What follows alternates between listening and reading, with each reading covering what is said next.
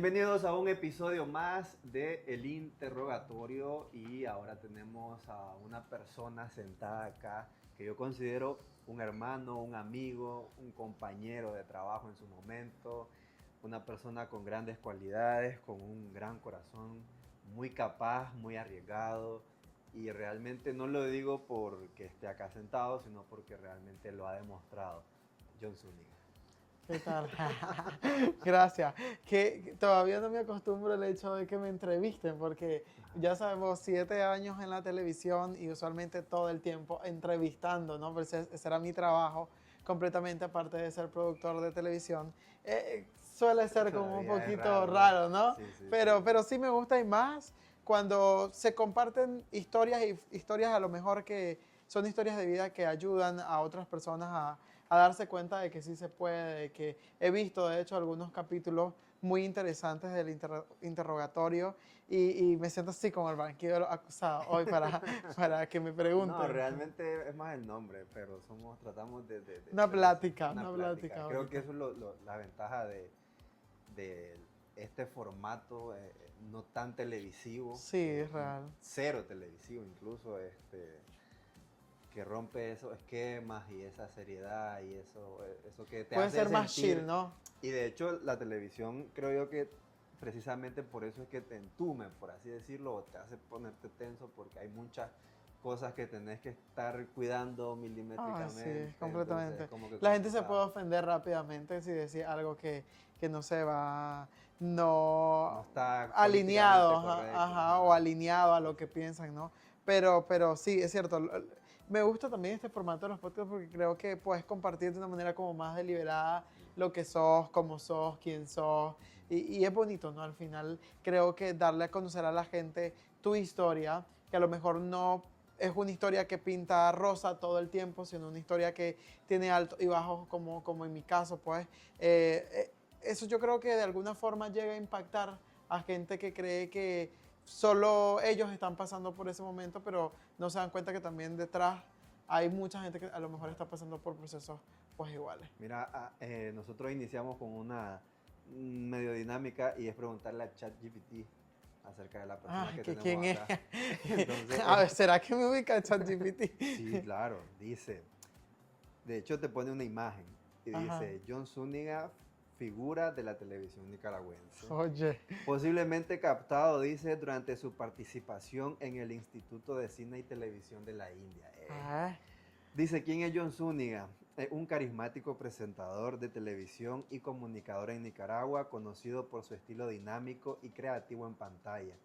Dice, es conocido como Chele Young y forma claro. parte de diversas organizaciones, ha trabajado en Canal 8, inicialmente como productor y luego pasó a formar parte de Rebelde, dice. Ay, sí, Eh, bonitos recuerdos de Rebelde, la verdad que sí. Extrovertido, alegre, creativo, dice. Disfruta la comunicación, la actuación, la moda, el canto, la natación, viajar y estar en contacto con la naturaleza. Real. Que ¿Ves qué bandidito ChatGPT vos? todo esto es real. Sí, es real, sí es real. Pues ya no trabajo, ¿verdad? Trabajé en TN8. Es algo que hablo abiertamente porque una casa a la que le tengo no aprecio, sino mucho amor. Es mi primera escuela.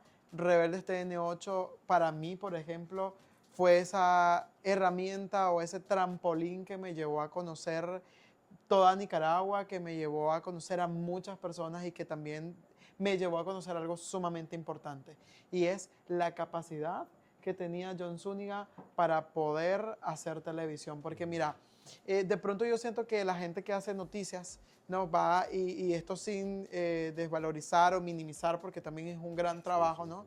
sí. Vos lees un guión, lees una entradilla, te la aprendes y eso, ¿no? Está bien. Pero cuando haces entretenimiento, que no hay un guión que vas a leer, que vas a seguir, sino que todo tiene que ser completamente espontáneo, no es para cualquiera, ¿sí? No es para cualquiera salir todos los días en la televisión y hacer 2 horas de ridículo o 1 hora de ridículo y que la gente caiga en gracia, pues porque también no todos hacen o están prestos para hacer el ridículo Sí, sí, completamente, sí. ¿no? Entonces yo creo que Rebeldes para mí justamente marca ese hecho de saber cuál es la capacidad que tenía John Zúñiga, tenía un seudónimo, todos en ese programa teníamos un seudónimo. Mi mejor amiga Marcela, por ejemplo, era La Pelu, Jocelyn era Chela, Oscar Tapa, Gerardo Santamaría el Che, José Trejo Chepito, John Zúñiga Chele John, ¿no? Entonces, y la gente se pregunta, ¿y de dónde? ¿Por qué ese apodo? ¿No? En la secundaria habíamos 2 Cheles pues, estudiando en el mismo colegio, y entonces a uno le decían el Chele, pero a mí también me decían el Chele, ¿no? Entonces él entró como 1 año o 2 años después que yo, y entonces a mí me empezaron a decir Chele y a esa persona Chele y su nombre. Entonces, habíamos 2 Cheles y allá me quedé yo, pues así, yo digo yo, es el apodo más decente que tenía, pues porque también tenía otros apodos que no los quiero traer a colación ni mencionar porque no son de mi agrado, pero era el más decente y entonces me dijeron, ¿cómo te llaman? ¿Cómo te dicen a vos en la secundaria? ¿O cómo te decían? Y yo, Entonces así quedé. Recuerdo que hacía reportaje, o era el terror realmente de los eventos de moda, de los eventos incluso de certámenes de belleza, porque yo era el que iba y hacía preguntas de cultura general y la gente se quedaba así, ya sabes. O sea, si te pregunta algo de cultura general, posiblemente no lo sabes, no lo manejas, pues está bien, pero con una cámara, ya sabes, te come los nervios, el no saber, el que tenés que responder bien, el que ya sabes que en ese programa va a salir. En ese momento no se usaba la palabra funado, para en ese entonces todavía, pero bueno, ya me siento viejo, pero sí, pues te vulgareaban, como decían, te agarraban en las redes, te volvían viral y eso era increíble, y más que estaba el auge para en ese momento del TikTok, entonces era aquello una cosa bella, pero sí, estuve ahí, me gusta muchísimo el conectar con la naturaleza, iba a hacer, hacía natación anteriormente, ahora hago otros deportes, pues son runner, pues salgo a correr, ¿no? Hago pádel, tenis, que siempre el tenis ha sido como siempre en mi vida, pues o sea, siempre he jugado tenis. ¿Y qué te digo? Ahora un deporte para mí también es estudiar, aprender. Sí, estudié cine y televisión en la India. Fui el primer nicaragüense en graduarme en uno de los 10 mejores institutos del mundo de cine y televisión. La India tiene su propia industria, se llama Bollywood, la industria de ellos es enorme, es una industria muy semejante o tiene mucha similitud con Hollywood. Y entonces fui a estudiar, fue una experiencia súper bonita, la verdad. Después vamos a llegar ahí a ese tema de la India porque es muy interesante, pero en tu inicio, ¿alguna vez realmente anhelabas estar en televisión? ¿Eso era para vos una meta, un objetivo? Mira, fíjate que eso es algo que muy poca gente me pregunta, si realmente eso era lo que yo anhelaba. Recuerdo que cuando yo entré a estudiar comunicación, los profesores decían, quítense de la cabeza de que estudiar comunicación es estar solo en la televisión. Ustedes pueden hacer radio, pueden hacer prensa escrita, pueden producir, pueden hacer esto y lo demás. Pero como el sueño de cualquier persona que estudia, o de al menos el 90% de una persona que estudia periodismo o comunicación, o como se llame en la universidad que usted estudie, es estar en la televisión, ¿no? Es estar frente a una pantalla y experimentar que hay gente que ya tiene bien marcado el hecho de que quieren escribir. Yo tenía compañeros y eran muy buenos escribiendo, otros que por su voz gruesa y todo hacían radio. Yo no tengo esa voz, tengo una voz muy fina, de hecho, entonces muy de chava dirían. Entonces no era algo pues que iba a hacer radio. Sin embargo, hice radio en la universidad incluso. Ya luego de eso, pues yo fui como, sí, quiero estar en la tele, quiero estar en la tele. Y recuerdo, no voy a mencionar el número del primer medio en el que yo salí, estando en 6º grado, pero ese medio me entrevistó, pues un medio bastante fundable hoy en día. Ese medio me entrevistó y yo ahí supe que quería estar en la televisión y que quería estudiar comunicación. Sin embargo, no todo corrió bajo ese rumbo, no esa fuente. Pero estando yo en 3er año de la universidad, recuerdo perfectamente, Dios me da la oportunidad, porque fue Dios quien me dio la oportunidad de llegar a TN8 y hacer mis pasantías, ¿no?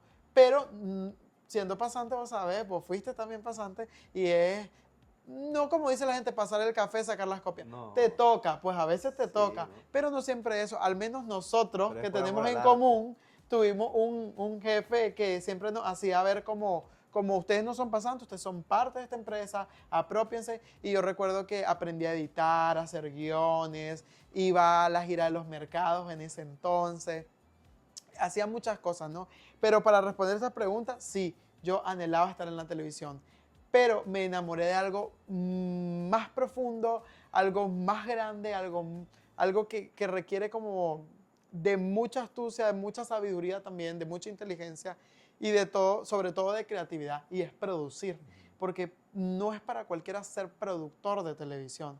Entonces, cuando yo entro al canal y estoy detrás de cámara, me doy cuenta que eso me gustaba, me apasionaba. Aparte, cuando entro a la televisión y empiezo a presentar y me pasan a Mañanero, y era todos los días, y esto de buscar la ropa y lo demás, yo decía, ¿cómo extraño el estar tras cámara y venir? A veces iba hasta de chinela al canal, ¿no? Y de venir siempre de vestido de negro, porque a mí me encanta el color negro, irme vestido de negro, irme de chinela, si me peinaba o no me peinaba, me daba igual, me ponía una gorra. Pero ya sabes, todos los días ya en la televisión era una cuestión, loco, de retocarte, maquillarte, que la ropa, que los zapatos, era increíble, pues. Y es un sacrificio, estar en la televisión es un sacrificio y también es un lujo, porque muchas veces no te pagan lo que realmente gastas. O sea, yo te digo, yo hoy en día lo veo y digo yo, si yo regresara a la televisión, sería definitivamente hacer algo que me apasiona, no te digo, que no, pero sí sería un lujo para mí regresar a la televisión, porque hoy en día gano el triple de lo que podía ganar en la tele, pues. ¿Qué fue eso que vos decías cuando eras estudiante o que anhelabas estar en televisión? Ese ideal, por así decirlo, y después llegás al mundo de la televisión, lo mirás, lo vivís. ¿Cuál es el principal contraste que encontrás? Wow, mira, es un contraste increíble, ¿sí? Porque yo pensaba, y la gente me hacía pensar, de hecho, que la televisión era para la gente millonaria, o sea, para la gente que tenía dinero, ¿no? Y decían, no, los que están ahí en la televisión, ta, ta, ta. Y en ese momento yo veía un canal de televisión, ¿sí? Donde había gente de familias de dinero y de apellidos, ¿no? Ya sabrás qué canal estoy hablando. Y yo decía, es real, ¿sí? Pero cuando llego a la televisión, veo que el contraste es completamente diferente a lo que uno cree. Porque uno cree y ve a la gente en la televisión y cree que esa persona nació en una cuna de oro y que vive en una familia millonaria, que vive en una familia real. Y cuando te das cuenta, yo vengo y entro a TN8, que se lo agradezco a Dios porque ha sido un canal con mucho talento dentro del mismo, muy aterrizado. Y cuando entro yo y los chavalos de barrio, de familias muy humildes, y que no tenían un contraste de decir, no, es que yo era, y yo creo que por eso era que conectábamos increíblemente, porque éramos de los chavalos que viajábamos en ruta. O sea, entonces eso para mí fue un gran contraste, ¿no? Y también que en la universidad a mí me decían mucho que ese mundo, lo general, era muy terrible, era muy tóxico, era muy... Pero en la empresa televisiva que yo estuve durante 7 años, gracias a Dios, nunca se tornó así, pues ese ambiente laboral. Al menos yo creo que nuestra jefa cuidaba como ese sentido de que no nos viéramos como enemigos o competencia. Ya el último año tristemente no fue así, se cambió de jefatura inmediata y creo que las cosas cambiaron, pues son mentalidades completamente diferentes. Pero esos sí son contrastes que yo estuve o que de pronto golpeé así cuando llegué pues a la televisión. Uh-huh. ¿Quiere decir que después se volvió tóxico el ambiente? Mira, no tóxico con mis compañeros. Hoy es el día de hoy, yo me hablo con todos mis compañeros. Hay unos que otros que a lo mejor no tenemos la gran relación, no somos los mejores amigos, pero sí nos encontramos, nos hablamos. De pronto yo soy bueno a enviar reel o TikTok y lo hago perfectamente, sí, ajá, las rachas. Y nos reímos y nos enviamos audio, y cuando nos encontramos nos la pasamos súper genial. No fue a lo mejor el último mejor año que yo pueda decir laboralmente, y te lo tengo que decir, no es algo que yo he ocultado, es algo que yo ya también he hablado, porque la coordinación en ese momento de la revista o en este momento actualmente, pasó a manos de otra persona que a lo mejor yo y ella no conectamos, pues simplemente no conectamos.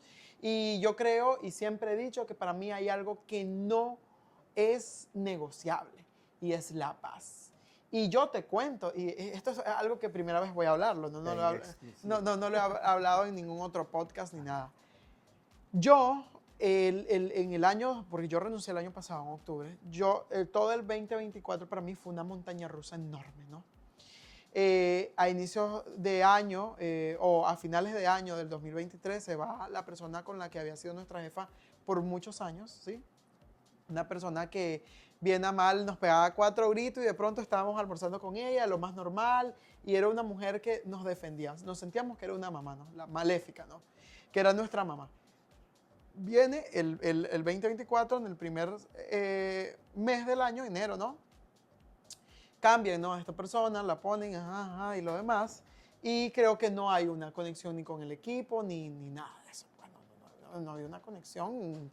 O no sé si con el equipo, no me quiero yo atrever a decir cosas que no sé los demás, pero conmigo al menos no había una conexión. Y ya habían habido roces anteriormente de una calentura ajena, pues vamos a decir, ¿no?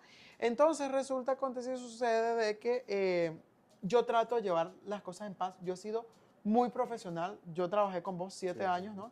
Y yo he sido muy profesional en todos los sentidos. Y vos sabés que incluso yo fui productor de Estudio TN8. Ervin Vega, un hombre que tiene más de 25 años de estar en la televisión, con una gran trayectoria, alguien que respeto un montón y que en su momento para él fue a lo mejor duro y chocante de tener a un productor tan chavalo, pero que nos aprendimos a respetar y nos empezamos a llevar en una cordialidad increíble. Y no te voy a decir que los primeros años fueron un poco complicados, pero fue un señor que me enseñó mucho. Y que yo también le enseñé mucho, porque muchas veces le decía, don Ervin, tal cosa, esto y lo demás. Pero yo actúo y vos me decís, pero y entonces ¿por qué con él no desististe? Es que yo nunca he desistido, sino que yo siempre he puesto el hecho de la ética profesional ante todo. Y yo ese año dije, voy a ser profesional. Pero cuando ya las cosas se tornan un poco complicadas y empezás a poner en riesgo tu salud mental, ahí es donde vos decís que no. John Zúñiga, viene de años anteriores luchando con un proceso de bipolaridad, luchando con un proceso de ansiedad, luchando con un proceso de depresión, del cual me dan de alta, del cual logro superar, porque yo tenía una bipolaridad estacional, tenía una depresión temporal, ¿no? y una ansiedad que hasta el día de hoy pues tengo crisis y demás, pero no como antes. Entonces yo había trabajado en eso, había invertido en eso, en el psiquiatra, psicólogo. Entonces yo dije, echar a la basura toda esa inversión de tiempo, de dinero y sobre todo del estar bien yo, ¿no? Yo conmigo mismo, ¿no? Entonces todo ese 2024 pasó como de, vamos a llevar las cosas en paz, yo siempre dando ideas, yo siempre esto, yo siempre lo otro, ¿no? Y esto otra cosa que nunca he contado en un podcast o en mis redes o algo, pero yo siento que lo puedo contar sin mencionar a esta persona. Pero las cosas empezaron a tornarse raras porque yo era el que hacía espectáculo y ella mandaba a cualquier otra persona a cubrir espectáculo que no fuese yo. O sea, me fue como desligando, me fue como literalmente apartando, ¿no? Y recuerdo que hubieron situaciones y cosas en las que se deshumanizaron. Y yo dije, chocho, pues a lo mejor no le caigo bien, pero no deja de ser humano decir, si estoy enfermo, escribirme y ponerme cómo seguí, John, cómo estás, qué te dijeron en el hospital, incluso con la muerte de mi papá, pues que fue en ese año, que fue el año pasado en mayo, sí me acompañó como una parte de obligación, ¿no? Pues de la empresa, pero no fue como ese seguimiento de cómo te sentís, cómo estás llevando el proceso. Recuerdo que mi antigua jefa, o sea, que ya no está en el canal, era la que hacía el papel de que ella no hacía, pues. Y entonces yo me voy a la India, TN8 me da la oportunidad de irme a la India. Y yo dije, ahí voy a pensar las cosas bien, voy a tratar de liberar, esto me va a ayudar un montón. Fue 2 meses después del fallecimiento de mi papá.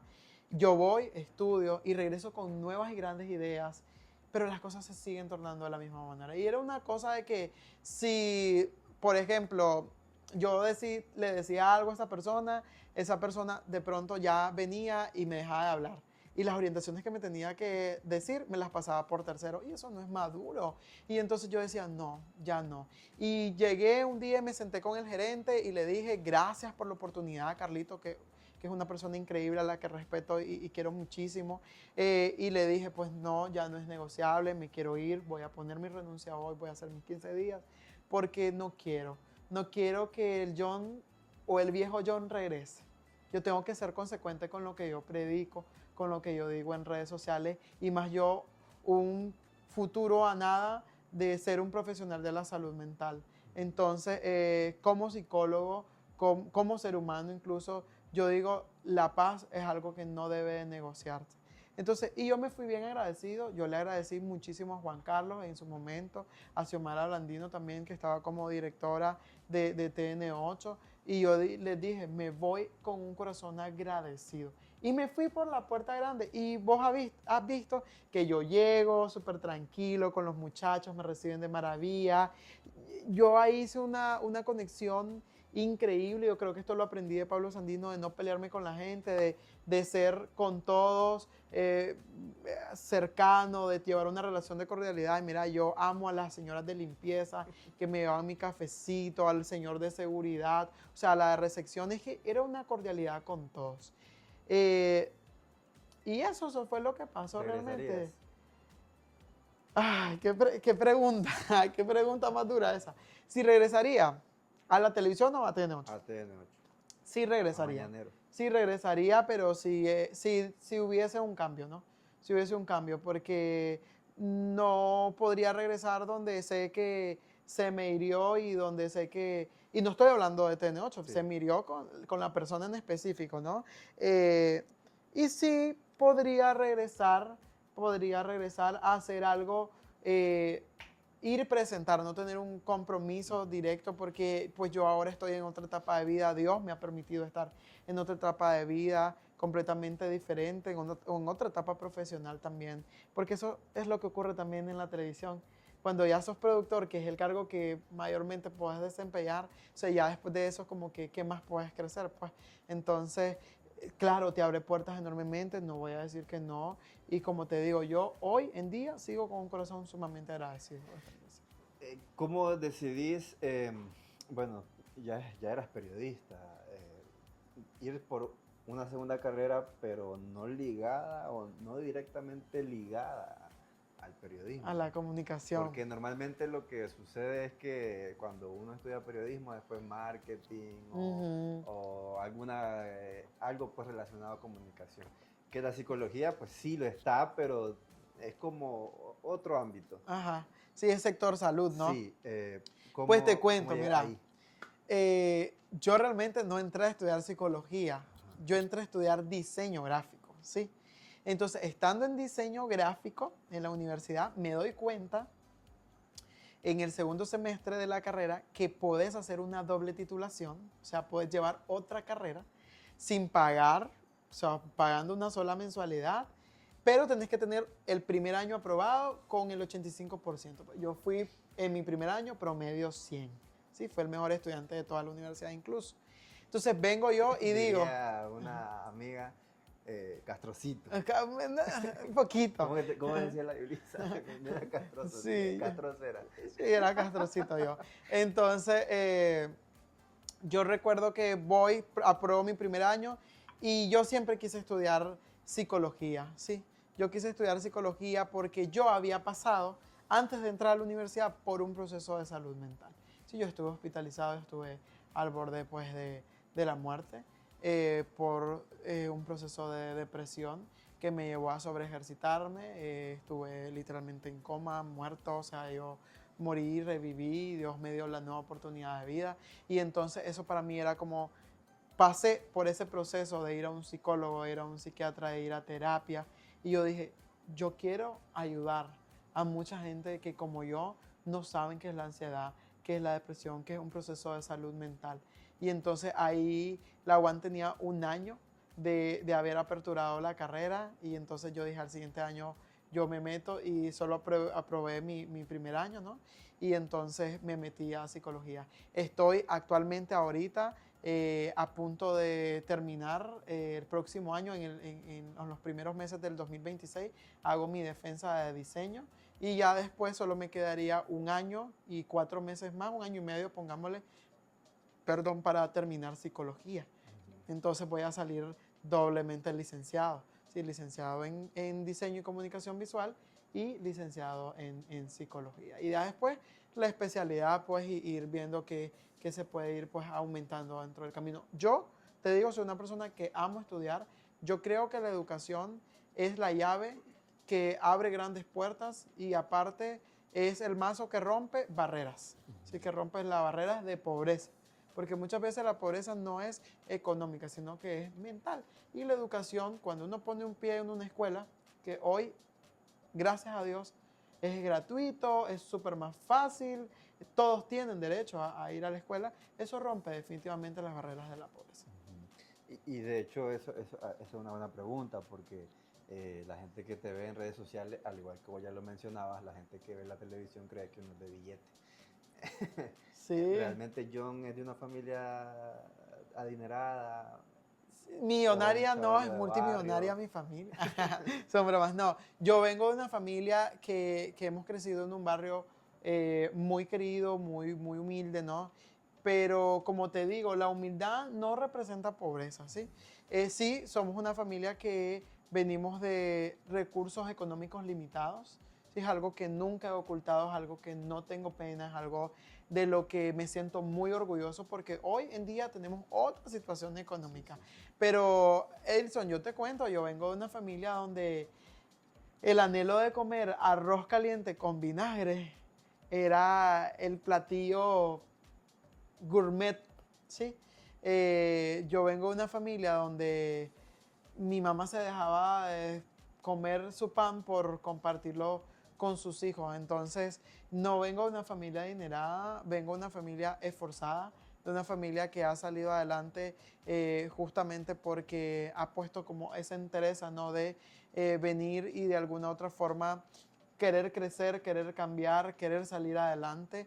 Y eso es algo que también yo me he puesto en la cabeza de romper las barreras, de ser el primer profesional dentro del círculo familiar, de eso que puede ser la historia de mucha gente que está viendo este podcast, pues, o sea, entonces no siempre que la gente que ves en la tele o en las redes sociales somos gente de dinero. Yo te digo, estar en la tele, estar en las redes muchas veces requiere de un personaje.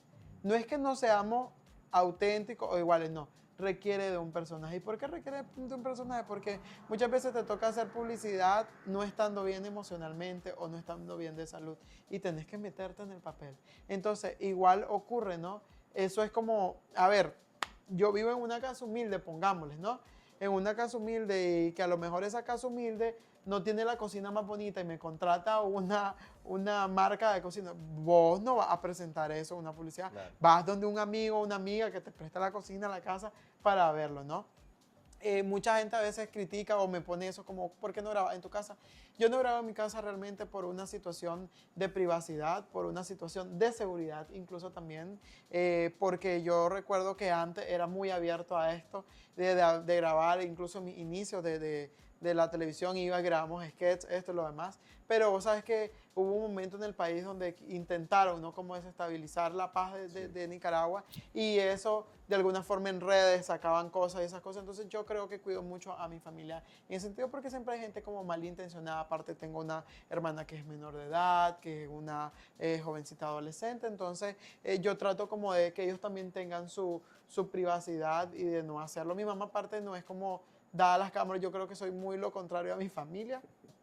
Tengo una sobrinita ahorita que tiene 5 años que creo que ella es mi vivo retrato. Pero hasta ahorita en esa generación está saliendo alguien como el tío John, ¿no? Pero de ahí mis hermanos no son mucho de redes ni esas cosas. La psicología. Realmente yo quería traer a algún psicólogo o alguien que estuviera estudiando psicología al podcast porque hace poco hice un trabajo acerca de salud mental. Y la realidad, Lo vi. La realidad es que no le había puesto tanta mente, si te soy honesto, al tema de la salud mental. Sí, se ha hablado. Sí, Y es un una cosa tema que se del habla. día a día, pero cuando ya Hoy más que realmente... nunca se habla de la salud mental. Ajá, pero cuando ya realmente vas, investigas, conversas con un profesional en ese tema, te das cuenta de que realmente es muy importante, más de lo que uno se imagina. Pero yo te quisiera preguntar a vos, para alguien que trabaja en redes sociales y en televisión específicamente, ¿qué tan importante es la salud mental y visitar a un psicólogo? Es sumamente importante. Y te voy a decir por qué. Mira, nosotros, la gente que está expuesta, ¿no?, al comentario o al que dirán de los demás, usualmente somos personas vulnerables, ¿sí? Somos personas vulnerables a tener procesos de ansiedad, procesos de depresión. Y aunque muchas veces digamos, no, es que a mí no me afectan los comentarios que digan los demás, a mí me resbala, somos humanos. Y los humanos sentimos, vivimos, escuchamos, procesamos. Y eso es como que de pronto a lo mejor no te golpea el que te digan algo de tu físico, pero vienen un día y te comentan en redes sociales algo de tu abuela o algo de tu mamá, es algo que te va a golpear porque ya se está metiendo con algo que vos jamás, con alguien que apreciás, que para vos es tu eslabón, es tu pilar y que vos decís es algo que no es intocable, ¿no? Entonces, aparte porque también yo creo que muchas veces a la gente que estamos en redes sociales o en televisión nos toca tragarnos la tristeza, ¿sí?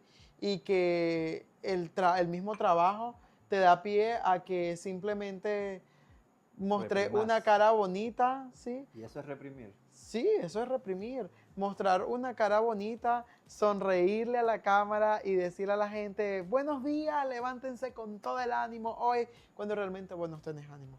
Cuando realmente vos te estás muriendo por dentro. Estás reprimiendo justamente el hecho de el sentir, el expresar lo que verdaderamente estás viviendo, ¿no? Y lo entiendo, como te decía, estar en la tele y estar en las redes requiere de un personaje, ¿sí? Porque muchas veces dice uno, cuando uno va al trabajo, deja el saco de problemas. Mentira, eso es algo que cargas todo el tiempo. Nosotros somos como un canasto de tomate, Edilson, ¿sí? Y vamos a poner que cada tomate es una vivencia. Y vamos a decir que los tomates que son o están malos son vivencias no tan buenas de la vida. ¿Qué ocurre cuando dejamos un tomate malo en medio de un canasto de tomates buenos? ¿Qué ocurre? Se pudre, ¿no?, todo el canasto. Entonces, ¿qué hay que hacer con el tomate malo? Hay que sacarlo. Entonces, yo le digo a la gente, saquen las cosas que sienten, ¿sí? No lo repriman, háblenlo, lloren, porque es una manera de liberar, griten si quieren gritar, exprésenlo a través de un abrazo, a través de una plática de auxilio, porque hay que sacar el tomate que no está bueno para que el canasto no se eche a perder completamente. Entonces, a veces también llevamos como esas cargas innecesarias. Y sí, la gente de la televisión en principal y la gente de redes sociales viven procesos completamente duros y fuertes. Y para ellos debe ser primordial invertir en ir a un psicólogo, en hablar cómo se sienten, cómo están llevando los procesos. Porque yo he visto también que mucha gente se presta a hacer comentarios del cuerpo de la gente que está en televisión o de la gente que está en redes, sin saber cuál es esa cruz que la otra persona está cargando, ¿no? Y que para vos te hace fácil estar detrás de una pantalla, venir y comentar y poner cualquier vascosidad sin saber que puede ser el causante del suicidio de una persona. Ahora, también, esta es una pregunta un poco polémica, en el sentido de que quizá un poco contradictoria a lo que pregunté antes, pero de repente el término tengo ansiedad como que se hizo muy popular. Y tal vez a veces uno dice, porque yo creo que ha pasado, ay, es una ansiedad, o mucha gente que lo minimiza porque tal vez la ansiedad como palabra o como término se viralizó también. ¿Qué es la ansiedad? Mira, yo he dicho que, y siempre he compartido esto de ¿Y qué que tan peligrosa es? la ansiedad no es nada más que exceso de futuro. Y la depresión no es nada más que exceso de pasado. Y vos decís, ¿cómo así? La ansiedad es un trastorno de salud mental que puede desatarse a través de un detonante. Y la gran mayoría de esos detonantes es, ¿qué va a pasar? ¿Qué voy a hacer? Y eso te pone ansioso porque no sabes qué va a ocurrir. Es el hecho de tener incertidumbre, ¿sí?, de lo que va a ocurrir. Y la ansiedad, cuando hablo de exceso de pasado, es cuando vivís del dolor de las cosas que te ocurrieron en la infancia, en la adolescencia, y que son cosas que no has sanado. Y son tus fantasmas los detonantes de esos estados anímicos depresivos. Y a como la depresión y la ansiedad tienen sus niveles. Y es por eso que vos decís, si no te veo temblando o te desmayás, para mí eso no es ansiedad. Pero la ansiedad también se vive en silencio. La ansiedad puede representarse con pequeños patrones y no deja de ser ansiedad. Es como la depresión. La depresión no siempre es que va a haber a alguien llorando o triste. No, la depresión puede representarse con alguien que duerme demasiadas horas, porque está durmiendo para no sentir. Está durmiendo para evitar tener tiempos de pensar. Está durmiendo porque está evitando el hecho de compartir, ¿sí? Y no deja de ser ansiedad por eso. ¿Qué tan peligrosa puede ser la ansiedad? Muy peligrosa, muy peligrosa. La ansiedad puede llevarte a tomar decisiones que pueden atentar contra tu salud física, contra tu vida incluso, igual que la depresión, ¿no? Y mayormente cuando esta se minimiza, ¿sí? Vos decís, siento que se ha viralizado, de pronto prostituido la palabra de tengo ansiedad. Lo que pasa es que hoy en día hemos aprendido a ponerle nombre a las cosas, ¿sí? Eso es como antes. Antes que decía, no, es que este muchacho me golpea, hoy se habla de bullying. Entonces se le ha dado el término correcto. O la sociedad en general ha aprendido a no solo establecer, sino ampliar su vocabulario emocional. Entonces ha aprendido a ponerle nombre a las cosas. Y ya no dice, es que estoy triste, no. Ya no es tristeza, ya entiende que eso no es una tristeza. Porque la tristeza es una emoción y puede ser variante y cambiante. Hoy estoy triste, mañana estoy alegre, ¿no? Pero cuando la tristeza es prolongada, ya no es tristeza, es depresión, es un estado anímico, es un estado de proceso de salud mental. Entonces, no es que se ha viralizado, no es que se ha... No, eso es un término que existe desde hace mucho tiempo. Lo que pasa es que hoy en día se habla más del tema y la gente se ha apropiado más de ella. Es como funar. La palabra funar viene de funa, que es un proceso que ocurría con unas comunidades indígenas en el Perú hace mucho tiempo. Y se le llamaba funa porque se reunían a exponer temas de la comunidad de manera pública. Y entonces de ahí nace el término funar. Pero eso ya existía. Lo que pasa es que ahora adoptamos esos nuevos términos, obviamente, algunos los ponemos a contexto, ¿no?, latinoamericano, y entonces lo vamos incluyendo, ¿no?, dentro de esa nueva jerga y préstamos lingüísticos. ¿Qué hacemos? Pero hablando justamente de la salud mental, no es algo que es nuevo, es algo que ya se vive, se siente y es algo de antaño incluso, sino que simplemente, como te digo, se ha aprendido a ampliar el vocabulario emocional. Y eso es como cuando vos vas al psicólogo, cuando vos vas al psiquiatra, ya no decís, es que estoy enojado, y tal vez no estás enojado, ¿sí?, no estás molesto, lo que estás es frustrado, ¿sí? Y entonces ya cambiaste esa palabra de molesto, porque no es molestia, sino es una frustración del no poder hacer las cosas, porque estás ampliando tu lenguaje emocional. Y eso solo te lo permite el hecho cuando vas conociendo, cuando vas investigando. Eso es como lo que te está pasando ahora. Después de hacer un trabajo periodístico y de descubrir qué tan importante es la salud mental, estoy seguro que vas a empezar a ampliar ese vocabulario, justamente porque te ha dado el chance de investigar y darte cuenta de qué tan peligroso puede ser. Pero también, ¿no crees que hay gente que se ha beneficiado o ha manipulado o ha Como en todo. intentado hacer su contenido o basar su contenido quizás en redes sociales utilizando estos términos Mira, o utilizando estas yo te voy a decir situaciones? algo, de todo hay en la viña del Señor y hay gente que es charlatana, ¿sí? Y mentirosa también, mitómana, y que se prestan a justamente contar una historia o ser parte de una historia de salud mental porque sabe que hoy en día es un tema sensible y un tema que pega en redes sociales. Ujú. Yo te voy a decir algo, yo puedo subir una historia hoy de que, no sé, me fui de visita a un lugar que acaban de inaugurar súper bello y a lo mejor mis historias llegaron a 10,000 vistas, ¿no? Pero vengo yo y agarro el teléfono y empiezo a contar de que a lo mejor sufrí una violación.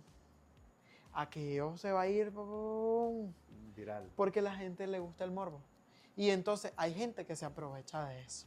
Y empiezan a tener y dicen, me pegó el hablar de que estoy pasando por esto y tal vez no es real. Y va a seguir con esa historia para beneficiarse de ella. Pero sí, allá afuera hay mucha gente que sí realmente está pasando por un proceso de salud mental, que está pasando por un proceso ansioso, que está pasando por un proceso depresivo y que son los dos trastornos que nosotros conocemos. Pero el DSM-5, que es un libro que estudiamos los psicólogos, habla de muchísimos trastornos. Hay gente que, vos no te das cuenta, pero son mitómanas, ¿sí? Son mitómanos, mienten sin necesidad y cada vez mienten más. Hay gente que es cleptómana. Ajá, por ejemplo, no se habla mucho de eso, de la gente que roba sin necesidad. Hay gente que tiene esquizofrenia, que desarrolla esquizofrenia, hay gente que desarrolla Alzheimer, que son ya enfermedades degenerativas. Hay gente que de pronto desarrolla o tienen, no desarrollan, vienen con una condición autista, ¿sí? Que es una condición de vida. Hay gente que tiene trastorno de la personalidad. Hay gente que es bipolar. Por ejemplo, fíjate que casualmente hace poco me doy cuenta que hoy en día en redes sociales se está hablando mucho de la bipolaridad, que es de algo que simplemente antes no se hablaba, ¿sí? O que se tacha a toda la gente que está riendo si de pronto se molesta. Ese es bipolar. No significa que eso sea bipolar. A lo mejor son emocional y las emociones son cambiantes, como te digo. Puedes estar molesto, puedes estar triste después o no puedes estar no contento. Entonces, es como también nosotros adoptamos y realmente vemos las cosas. ¿Se cura la ansiedad o qué? ¿O se Sí, controla? sí, la ansiedad puede llegar a curarse, ¿sí? A través de herramientas de inteligencia emocional que vas adquiriendo a lo largo del proceso de tus terapias que vas llevando con tu psicólogo o psiquiatra, en este caso. Pero también es algo con lo que se aprende a convivir. Más que curarse, se aprende a convivir.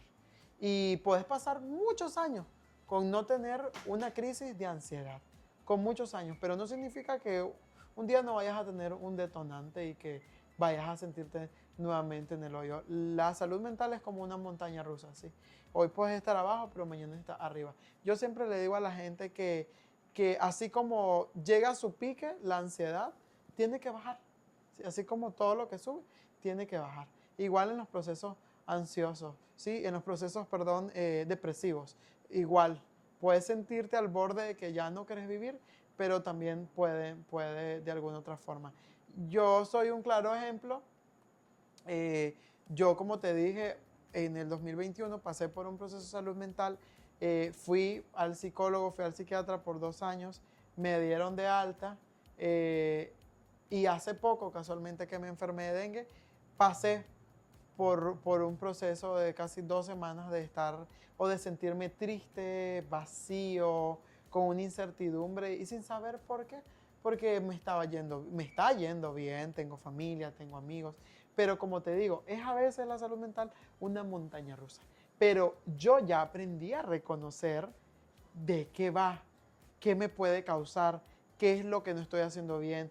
Y entonces yo voy y en ese momento regreso donde mi psicóloga y le digo, me está pasando esto y no sé por qué no puedo explicármelo.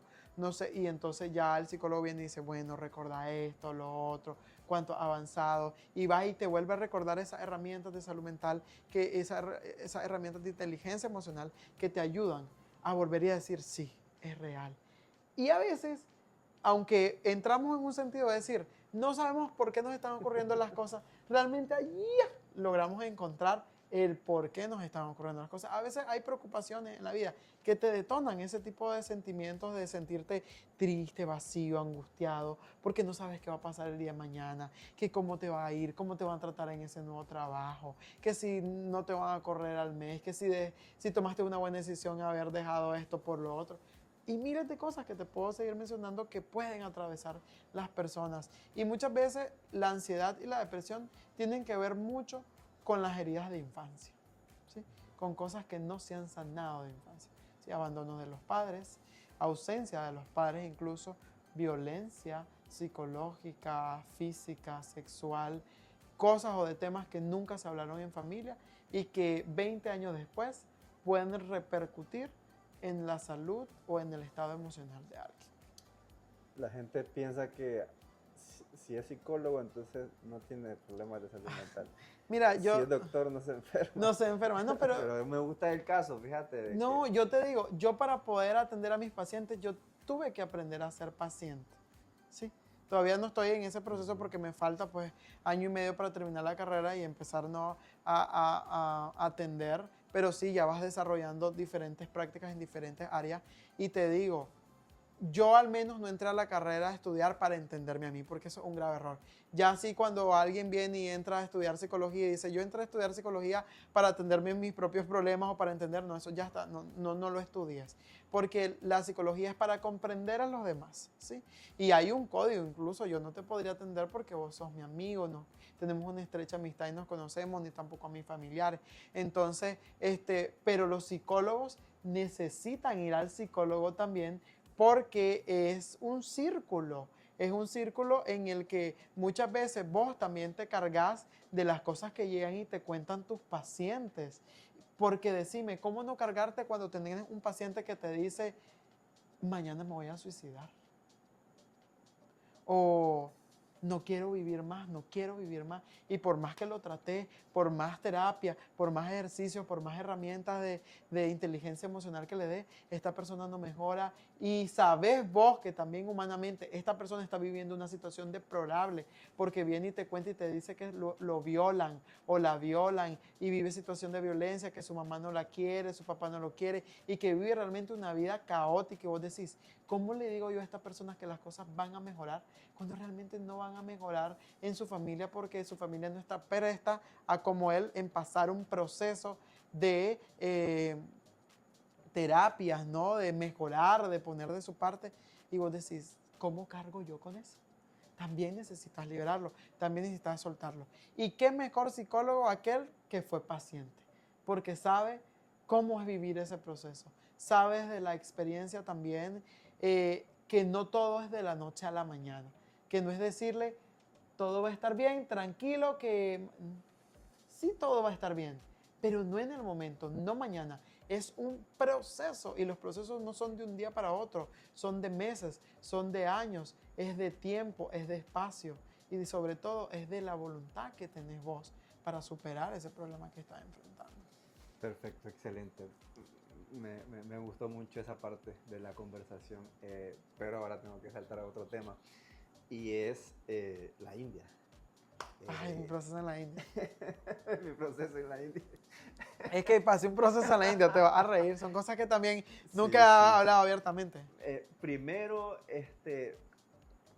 yo ya sé que vos has viajado a otros países. A mucho recordar que mi familia tiene jet, helicóptero, obvio. Pero con esa familia ficticia de la que hablábamos al inicio, que vos sos el primero que se está profesionalizando sí. y que ha logrado construir una carrera con bastante éxito. Yo también, honestamente, por ejemplo, cuando viajé por primera vez, para mí fue como que un boom, te abrió la cabeza increíblemente. ¿Cómo fue esa primera vez de decir, yo sé que había viajes previos, pero ya estamos hablando de la India. Sí, cruzar el Hablando, otro lado del charco, pues. estamos hablando de un vuelo de más de 20 Fueron, horas, sí, creo, ¿no? fueron, bueno, en mi caso fueron de Nicaragua a Panamá, son 2 horas creo por ahí. Sí, o 1 hora, Sí, creo 1 hora que 45. 1 hora 45 por ahí. Luego estuve 2 Depende días. si ruteas. Sí, ¿verdad? No, yo me fui ruteado. Estuve en Panamá 2 días porque no tenemos embajada de la India en Nicaragua, tenemos un embajador concurrente. Entonces me tocó ir a visar a Panamá, fui a visar a Panamá, me dieron mi visa de estudiante y entonces salí, ¿no?, de Panamá hacia Turquía y fueron de Panamá a Turquía fueron 16, 17 horas. Y luego de Turquía hacia la India fueron como 12 horas, 14 horas más. Y luego de la capital de la India hacia el otro, otro departamento donde iba, fueron como 4 horas. Entonces yo viajé como 2 días y medio, casi 3 días. Burramente no llevé ropa para bañarme en los aeropuertos, no sabía que se podía bañarse en los aeropuertos, o sea, y eso a pesar de que ya había viajado en varias ocasiones, pero habían sido viajes cortos, ¿no? Viajes cortos de 3 horas, 4 horas máximo de vuelo, pues, pero ya eso es cruzar el otro lado del charco. Para mí fue súper chistoso porque, mira, yo no hablo inglés en un 100%, de hecho.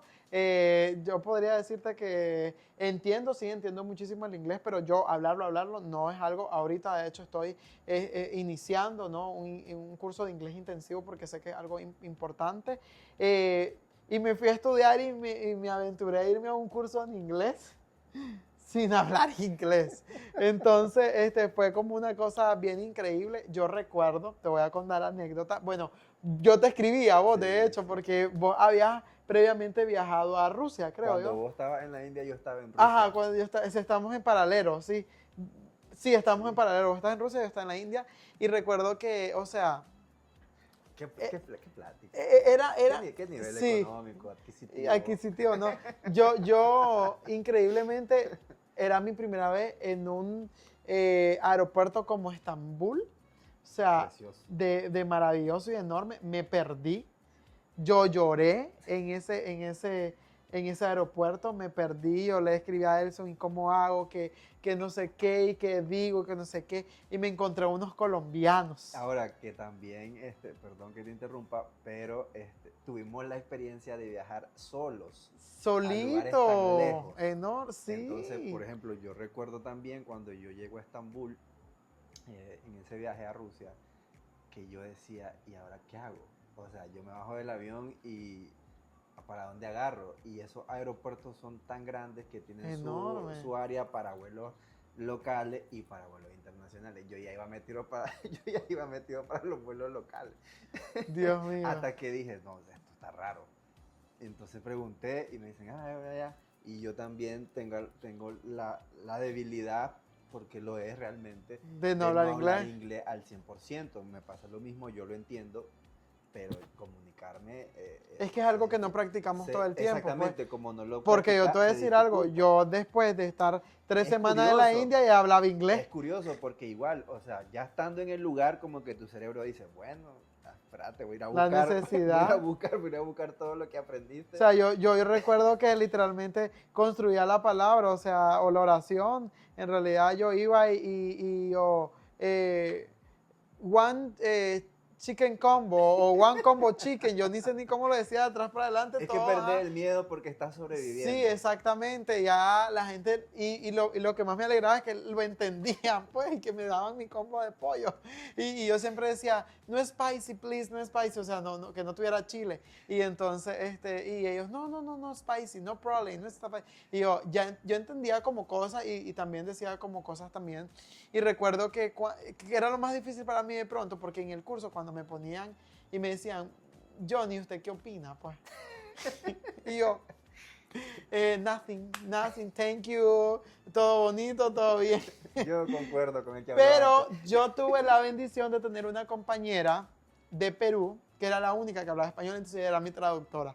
Sí, pero también ella me decía, John, aventate, dale, practica, no sé qué. Y de pronto ella me hablaba en inglés y yo, no, Teresita de mi corazón, amor, háblame español, vos hablas español, yo no quiero. O sea, eran 8 horas diarias en inglés. Entonces, también Y aparte, y no es como que la gente de la India hable el mejor inglés también.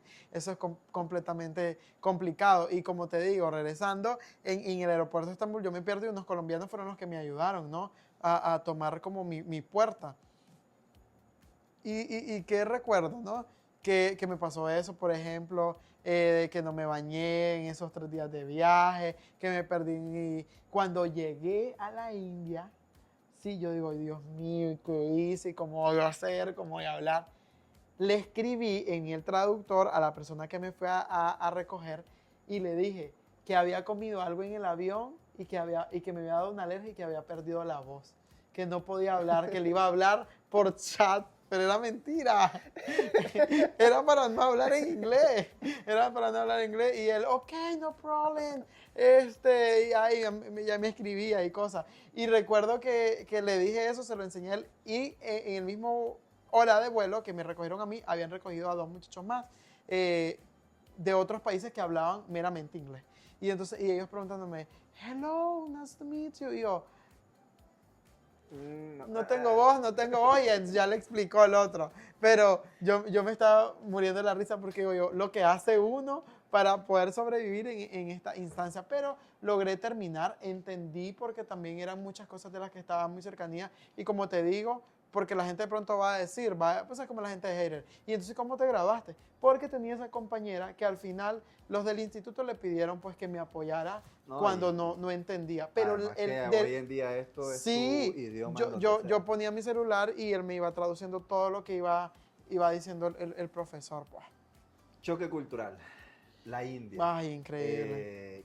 ¿Qué tan grande es? Porque estamos Es enorme. acostumbrados a ver en TikTok que el contenido de la India es viral.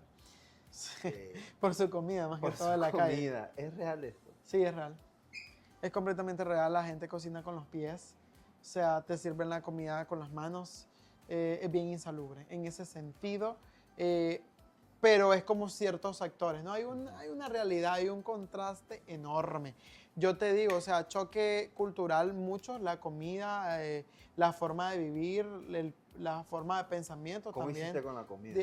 Mira, yo la primera semana en la residencia comí, pero dejé de comer en la residencia después de la primera semana, después de darme cuenta de que las ratas eran parte de la cocina, algo normal. O sea, las ratas podían picar de la masa del pan y eso era normal porque las ratas son como los ancestros de las personas que tienen a alguien que ya falleció, ¿no?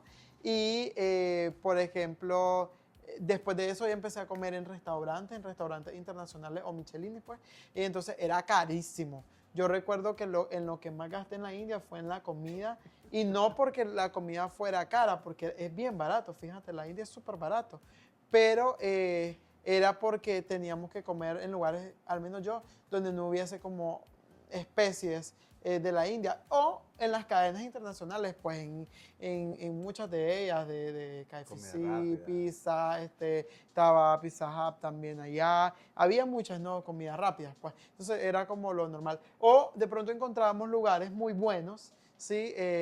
Cantones le llamaban, y había comida deliciosa, pues, y comida china también comíamos, fíjate, y era muy buena la comida china. Recordad que India es un país de Asia del Sur, entonces, y comíamos en ese sentido bien.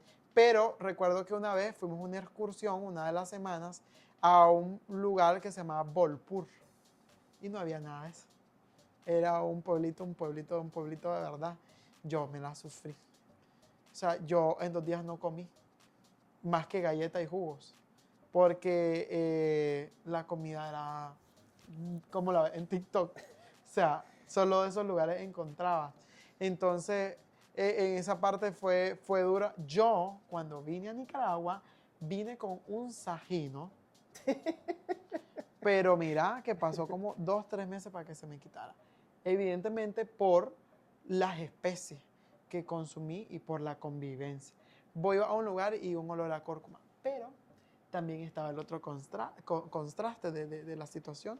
Yo iba, de pronto nos íbamos más lejito de donde estábamos, a la ciudad, y íbamos a un centro comercial donde estaban estas grandes marcas, Gucci, Prada, Ferragamo, Rolex, o sea, todas estas marcas donde va la gente millonaria, pues Hermes, todas esas cosas. Y veías y los vehículos, o sea, el parqueo puro de vehículos Lamborghini, Mercedes-Benz, o sea, aquello carísimo, pues. Y ibas a un centro comercial de la ciudad y veías a toda la gente de zapatos, de ropa de lino, de sus ropas tradicionales, que es carísima la ropa tradicional de ellos. Y vas a otro centro comercial donde eran las ciudades o las partes bajas de la ciudad, o sea, de la parte económica, y vas a ver a toda la gente en chinelas de gancho, en chinelas en general, no vestidos de forma a lo mejor ostentosa, y las tiendas también cambiaban, era completamente diferente. Hay ese choque. En la India o sos rico o sos pobre, pues realmente eso no es como que haya un en medio de las cosas, no hay eso, pues. Y es bonito, es un país lindo, no te voy a decir, es un país lindo, sobre todo por su religión. Tiene unos templos increíbles. La religión lo rige todo en la India, definitivamente, desde cómo vestir, desde quién sos, desde lo cultural, lo social, lo económico. La India es el país más poblado a nivel mundial. Tiene más de 147 mil millones de habitantes. O sea, han casos que se pierden niños y no los encuentran. Un país demasiado enorme y también es un país que en creciente económico es un país también grande, tiene grandes industrias textiles, petroleras, farmacéutica, automovilística.